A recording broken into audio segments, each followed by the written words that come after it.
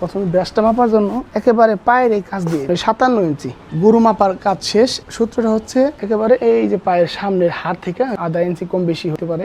দাড়িপাল্লা কিংবা মিটার দিয়ে গরুর ওজন মাপা যায়, কিন্তু কখনো শুনেছেন কি ফিতা দিয়েও গরুর ওজন মাপা যায়? যদি না শুনে থাকেন তবে আজকের এই ভিডিওটি আপনার জন্য। ফিতা দিয়ে একটা গরুর ওজন মাপা বা গরুটার লাইভ ওয়েট মাপার যে পদ্ধতিটা, আজকে আপনাদের এই ভিডিওতে সেই পদ্ধতিটা দেখাবো। এজন্য সর্বপ্রথম দরকার একটা মেজারমেন্ট টেপ অর্থাৎ ফিতা, দ্বিতীয়ত একটা গরু দরকার।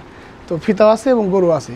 চলেন শুরু করা যাক। প্রথমে আমাদের দুইটা জিনিস মনে রাখতে হবে। বুকের ব্যাস মানে গরুর এই পা সোজা, একেবারে পা সোজা এইদিকে যে পুরো রাউন্ডটা, এইটার মাপটা নিতে হইব এবং পরবর্তীতে এই সিনা থেকে এই পর্যন্ত, এই পিছনের এই কোনা পর্যন্ত এই দৈর্ঘ্যটা নিতে হইব। প্রথমে ব্যাসটা মাপার জন্য আমরা গরুটার নিচ দিয়ে একেবারে পায়ের এই কাজ দিয়ে, দূরে থেকে না, একেবারে পায়ের কাজ দিয়ে ফিতাটা নিচ্ছি। খুব টাইট করা যাবে না, যেমন এই 57 ইঞ্চি লম্বার যে মাপটা দিব সেটা হচ্ছে এই যে প্রথম সামনের যে পাটা, পায়ের এই যে হাড্ডিটা, এই হাড্ডি থেকে পিছনের এই যে পেছনের যে হাড্ডিটা এই বরাবর গরুটারে সোজাসুজিভাবে দাঁড় করাতে হবে। বাঁকা হয়ে থাকলে বা কাত হয়ে থাকলে কিন্তু একবার একই মাপটা আসবে না। এই জন্য একেবারে এই যে পায়ের সামনের হাড় থেকে হয়েছে পিছন, এই হাড় থেকে গরুটা মাপ নিতে দেবো।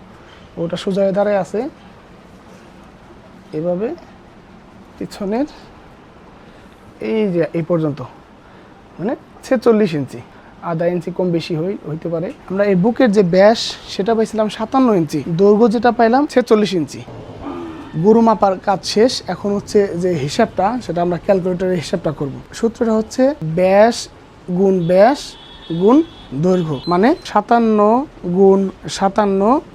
গুণ 46 যে দৈর্ঘ্যটা পাইছি সেটা গুণ দিব। এখানে কিন্তু যোগ দিলে হবে না, ব্যাস গুণ দৈর্ঘ্য, সেটারে আমরা 660 দিয়ে ভাগ করব, ভাগ 660, তাহলে আসছে 226 কেজি। গরুটার লাইভ ওয়েট হচ্ছে 226 কেজি। মানে এই গরুটারে এখন একটা ডিজিটালি স্কেলে দাঁড় করাইলে 226 কেজি অথবা একটু কম বেশি, হয়তো বা 5 কেজি কম অথবা 5 কেজি বেশি এরকম আসবে।